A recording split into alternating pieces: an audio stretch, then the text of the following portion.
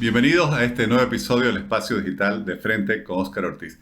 Conversaremos sobre un tema de gran actualidad y de suma importancia, la relación entre pensamiento crítico y liderazgo empresarial. Y para eso tenemos la gran oportunidad de contar en esta oportunidad con un experto. Me refiero al profesor Ángel Soto, quien es docente universitario de la Universidad de los Andes de Chile, con una larguísima trayectoria en este campo. Y realmente te agradezco mucho, Ángel, por aceptar nuestra invitación. No, al contrario, Oscar, siempre grato primero estar contigo en tu programa y ciertamente estar de regreso acá en Santa Cruz. Aprovechando tu visita a nuestra ciudad. Ángel, primero quisiera que nos explique el concepto de pensamiento crítico, porque se habla mucho de él, se dice que debe estar presente prácticamente hoy en todos los campos de la educación, del ejercicio profesional. ¿Cómo definirías el pensamiento crítico? Bueno, lo primero que yo creo que hay que decir es que efectivamente las organizaciones, hoy día, las tres habilidades más demandadas que están pidiendo las organizaciones, las industrias, son, en primer lugar, el pensamiento crítico, en segundo lugar, el pensamiento estratégico y en tercer lugar, el storytelling, el contar el relato. Eso es lo primero que hay que decir y eso es lo que está buscando Headhunter, empresas especializadas. Y en ese contexto hay que ahora tratar de entender qué vamos a hablar, qué vamos a conceptualizar, tratar de hacer un frame sobre el pensamiento crítico. Y el pensamiento crítico, hay muchas definiciones, pero me parece a mí que una de las más acertadas es la capacidad de identificar un problema raíz y tomar decisiones basadas en evidencia. Cuestión que puede parecer relativamente sencilla, que puede parecer identificar, pero ahí viene la continuación al punto. ¿Cuál es un problema raíz? ¿Cómo identificamos un problema raíz? ¿Qué es lo que es un problema? Y al mismo tiempo, ¿cómo mostramos las evidencias? Entonces, para hablar, la capacidad de identificar un problema raíz y tomar soluciones basadas en evidencia. ¿Y esto cómo se lo aplica? Porque sos profesor de una escuela, de una facultad de Ciencias Económicas y Empresariales, ya al management, a la gestión empresarial. Bueno, el pensamiento crítico tiene un fundamento que es un fundamento filosófico, lógico, que es de larga data. O sea, si uno se puede remontar, ¿no es cierto?, a Aristóteles y lo vas a encontrar ahí. Lo que estamos tratando nosotros de hacer es cómo lo aplicamos, cómo lo llevamos al día a día, efectivamente, y cómo lo operacionalizamos. Y ahí lo que al menos estamos tratando de hacer nosotros es llevarlo a casos concretos en la toma de decisiones. ¿Cómo hacerlo? Pedagógicamente, al menos, que es lo que a mí me corresponde. Tratando de sacar un poquito la discusión abstracta. Yo tengo alumnos básicamente de pregrado, no quiero decir que no se pueda hacer, pero en vez de hablar de una metacognición, en vez de hablar de falacia, silogismo, lo llevamos a casos concretos. Metacognición. Está pensando, piense cómo está pensando, identificar un problema. A ver, hay un problema de operaciones, hay un problema de negocio, hay un problema de identificar una oportunidad de negocio. ¿Cuáles son las evidencias por las cuales usted decide apostar por ese emprendimiento, apostar por esa persona? Entonces, esa bajada concreta, ¿ah?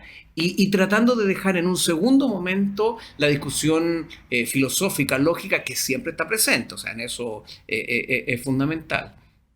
En el caso a caso. Mucha aplicación, estudio de casos. En el fondo, escuchaba una presentación tuya, todo esto está orientado a tomar buenas decisiones. O tomar decisiones basadas en evidencia. Porque efectivamente, como nos demostró el profesor que acaba de fallecer, Daniel Kahneman, en su libro Pensar rápido, pensar lento, nuestro cerebro es perezoso. Tenemos sesgos, tenemos juicios, tenemos miradas preconcebidas.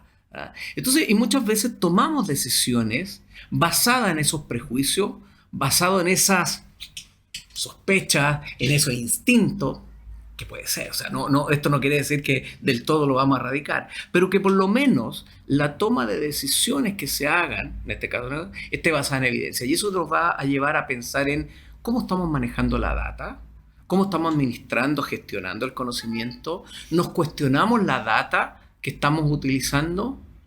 No estamos cuestionando metodológicamente cómo hacemos las muestras, porque claro, yo puedo venir y decirte, Oscar, mira, estos son mis datos respecto de una idea de negocios que tengo.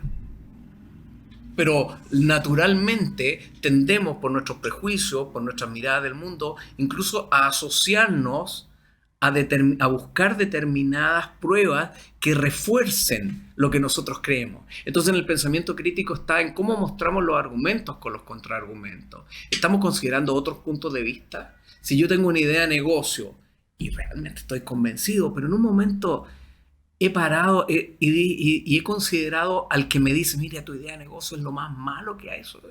Y lo escucho con atención, de manera constructiva. Entonces, más que tomar buenas decisiones, eso se va a ver en el tiempo, es tomar una decisión basada en evidencia. Utilizabas un término muy llamativo, que todo esto forma parte de la arquitectura de las decisiones. Así es. Bueno, tiene que ver con eso, otra vez, con toda esa influencia que generó Daniel Kahneman con su libro Pensar rápido, pensar lento, pero también Richard Thaler, otro premio Nobel de Economía, que nos llevaron y que comenzaron a desarrollar este campo que es la economía del comportamiento humano, Behavioral Economics, que tiene que ver con esta arquitectura de las decisiones, cómo tomamos las decisiones. Y esto es bien fascinante cuando uno lo lleva a la aplicación. Todos vamos, por ejemplo, al supermercado. Y cuando vamos al supermercado en búsqueda de un producto, por ejemplo, lo más probable es que no salgamos solamente con el producto que compramos. ¿Cómo nos van guiando?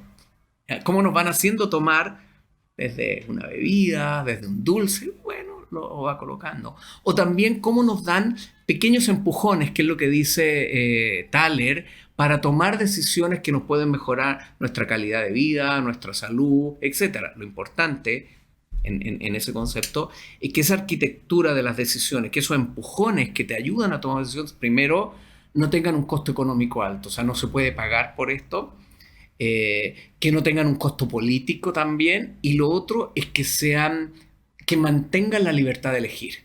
O sea, yo te puedo dar, por ejemplo, algún tipo de incentivo para que tú ahorres más en función de tu pensión. ¿Cómo hago? Ya sea un descuento automático de cuenta corriente, pero siempre tú tienes que tener la libertad de elegir. No te lo puedo imponer. Entonces, en esa arquitectura de las decisiones es cómo vamos diseñando la forma en que las tomamos.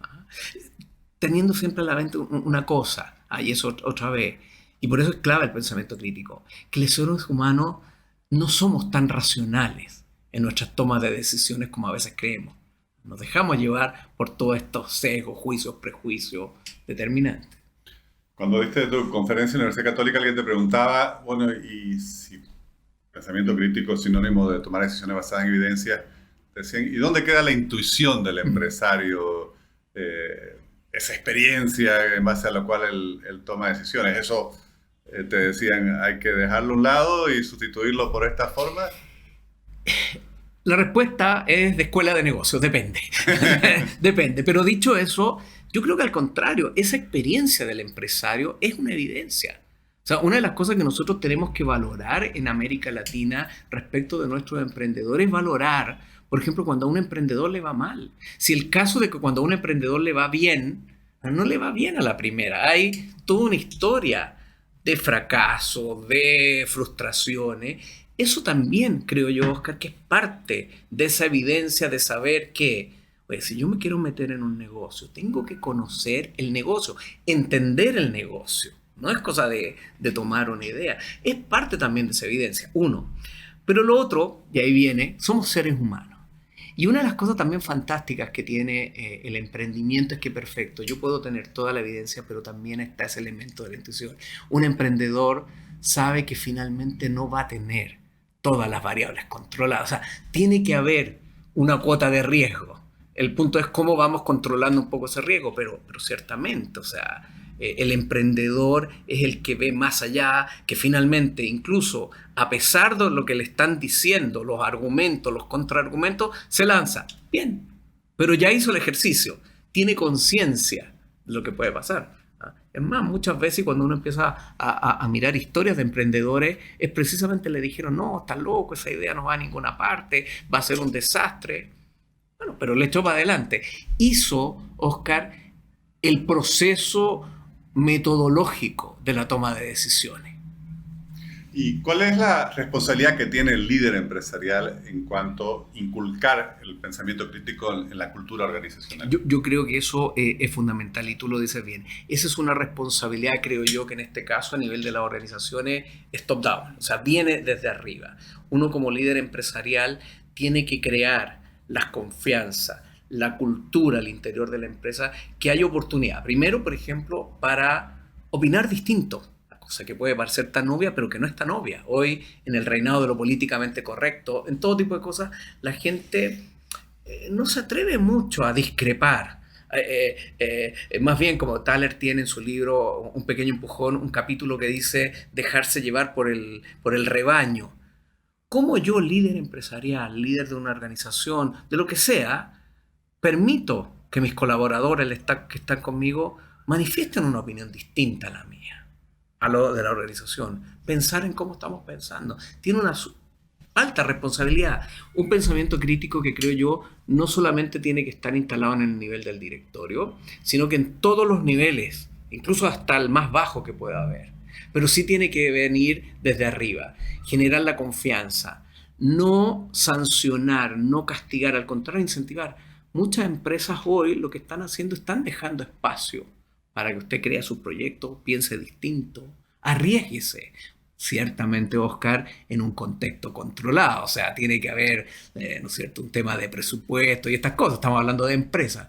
Pero sí, a ver, ¿usted cree que estoy opinando? Hoy las empresas cada vez más están teniendo una relación más bien horizontal que vertical, está mucho más integrado. Entonces yo creo que el verdadero líder es el que no teme. Alguien lo decía en el seminario, precisamente en la universidad. El verdadero líder es el que construye un equipo incluso con gente que sabe que es mejor que uno.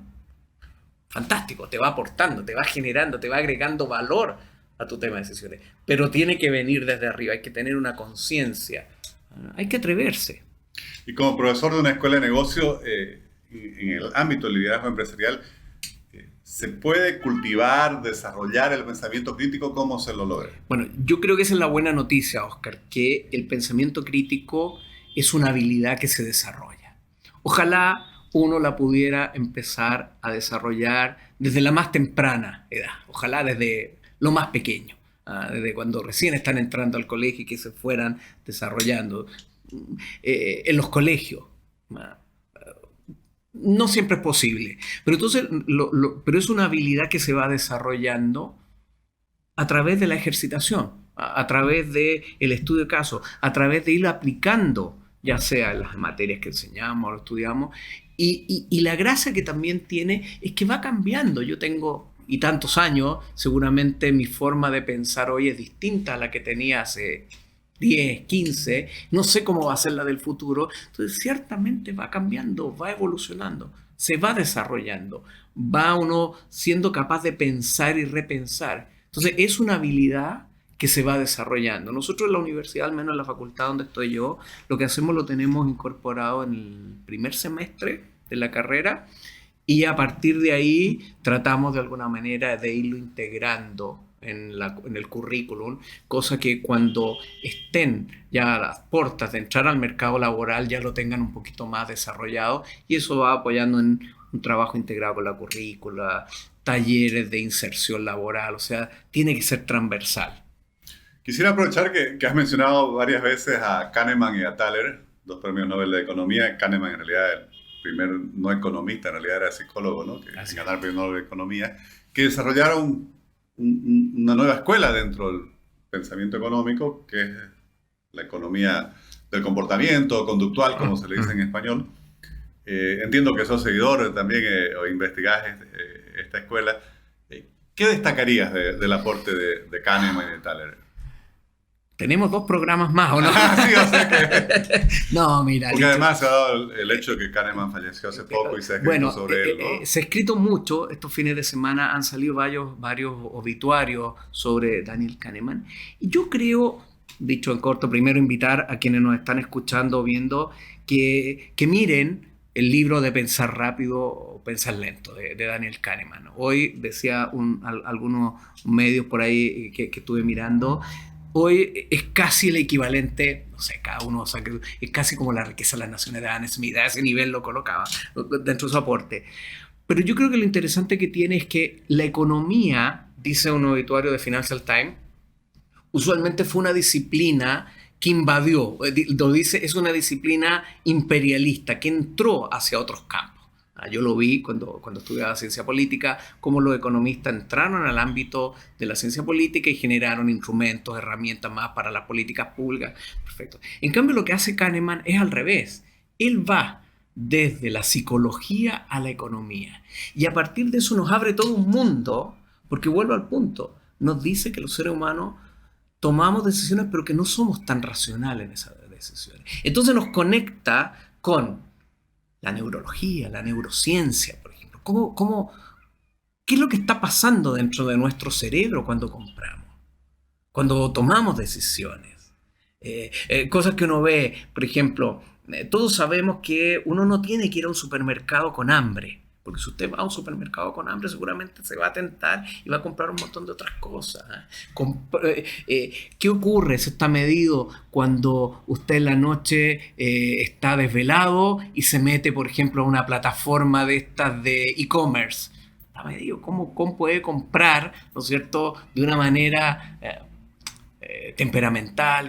Entonces, yo creo que su principal aporte va a eso, en dejarnos claro que no somos tan racionales, que estamos llenos de juicios, prejuicios, y que eso hay que tenerlo a la vista, ¿verdad?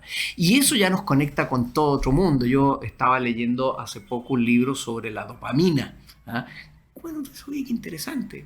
¿Cómo activamos esa molécula, ¿verdad?, que nos hace tomar decisiones de los deseos, etcétera, etcétera? ¿Te fijas? No, abre el campo, porque lo que no se nos tiene que olvidar es que finalmente de lo que estamos hablando, desde cualquiera de nuestras disciplinas, desde la historia, que es quizás más mi campo, desde la economía, la administración, que estamos hablando de seres humanos, con la complejidad que tiene el ser humano. El ser humano no es pura economía, no es pura filosofía, ¿ah? Y de ahí también, y ya termino, con una mirada interdisciplinaria. Yo creo que, al menos a mí, lo que a mí me deja este mundo es que efectivamente es tratar de entrar al mundo de la toma de decisiones en los negocios con una mirada más interdisciplinaria para abordar, y no olvidando que son seres humanos los que están ahí.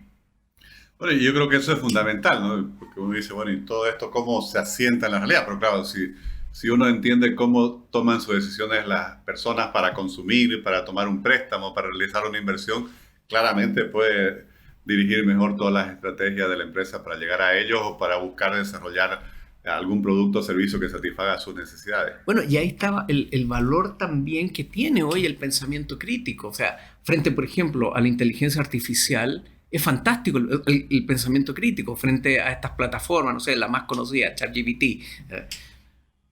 Lo que han hecho estas plataformas de inteligencia artificial es crear una mayor demanda por el pensamiento crítico, porque el punto es no lo que me va a decir ChatGPT, es qué pregunta yo le hago a ChatGPT, qué pregunta yo le hago a la data, ¿eh? Y luego cómo yo evalúo, le doy valor, confronto la información que me está dando. Y siempre le digo a mis estudiantes, hagamos el ejercicio, preguntémosle algo a ChatGPT. ¿Qué le preguntamos? ¿Cómo hacemos la pregunta? ¿La información que me dio es válida? ¿No tiene sesgo? ¿No está distorsionada? ¿Qué está pasando ahí? Entonces, en ese sentido creo yo que hasta ahora, no sabemos a futuro, pero ahí hay un elemento muy propio de ese ser humano que hace esas preguntas, que valora eso.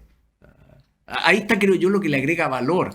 Bueno, eso también es interesante lo que vos decís, porque pareciera que una de las bases del pensamiento crítico es saber hacerse preguntas. Eso es, Oscar. Y de tan obvio, porque lo que estamos hablando, quizás quienes nos están escuchando nos pueden estar diciendo, oiga, pero ustedes están hablando de lo que ya había descubierto Aristóteles. Yo tengo un amigo que siempre dice, y todo ya lo dijo Aristóteles. No sé, pero hay algo de eso. Pero Oscar, de tan obvio no lo vemos. Entonces, lo que a mí me parece es interesante es tomar conciencia y de incorporarlo en nuestro proceso de toma de decisiones. que esté instalado, así como tenemos herramientas en estrategia, ¿no es cierto? Tenemos distintas herramientas que uno puede aplicar, al modelo Canvas, un Brino, un FODA y el Pestle y tantas herramientas. Bueno, también yo como compañía, como empresa, lo tomo, tengo instalado procesos de reflexión, de pensamiento crítico, por ejemplo, a nivel de los directorios. ¿Cómo cuestiono? ¿Cómo valoro la información que como director de una empresa me está llegando? Pero instalado, ser consciente de que tengo que buscar ese problema raíz, no dejarme llevar a la primera. Y ahí hay un tema. A veces tomamos decisiones muy intuitivamente, muy de manera apresurada, y claro, ocurre que las urgencias comienzan a desplazar lo importante, y en esa urgencia incluso podemos llegar a afectar, a matar la esencia misma de la organización, de la compañía, lo que le creaba valor, lo que la hacía única. Ángel, te agradezco muchísimo por compartir tus reflexiones, tu conocimiento y todo ese campo que estás investigando. Hemos ganado 2 por 1 ahora porque hemos hablado de pensamiento crítico y también de la economía conductual y los aportes de Kahneman y Thaler. Así que muchísimas No, gracias. muchas gracias a ti, Oscar, y bueno, gracias por la invitación, por estar acá, por venir a Santa Cruz, y con mucho gusto a ver si volvemos a conversar. Encantado, muchas gracias.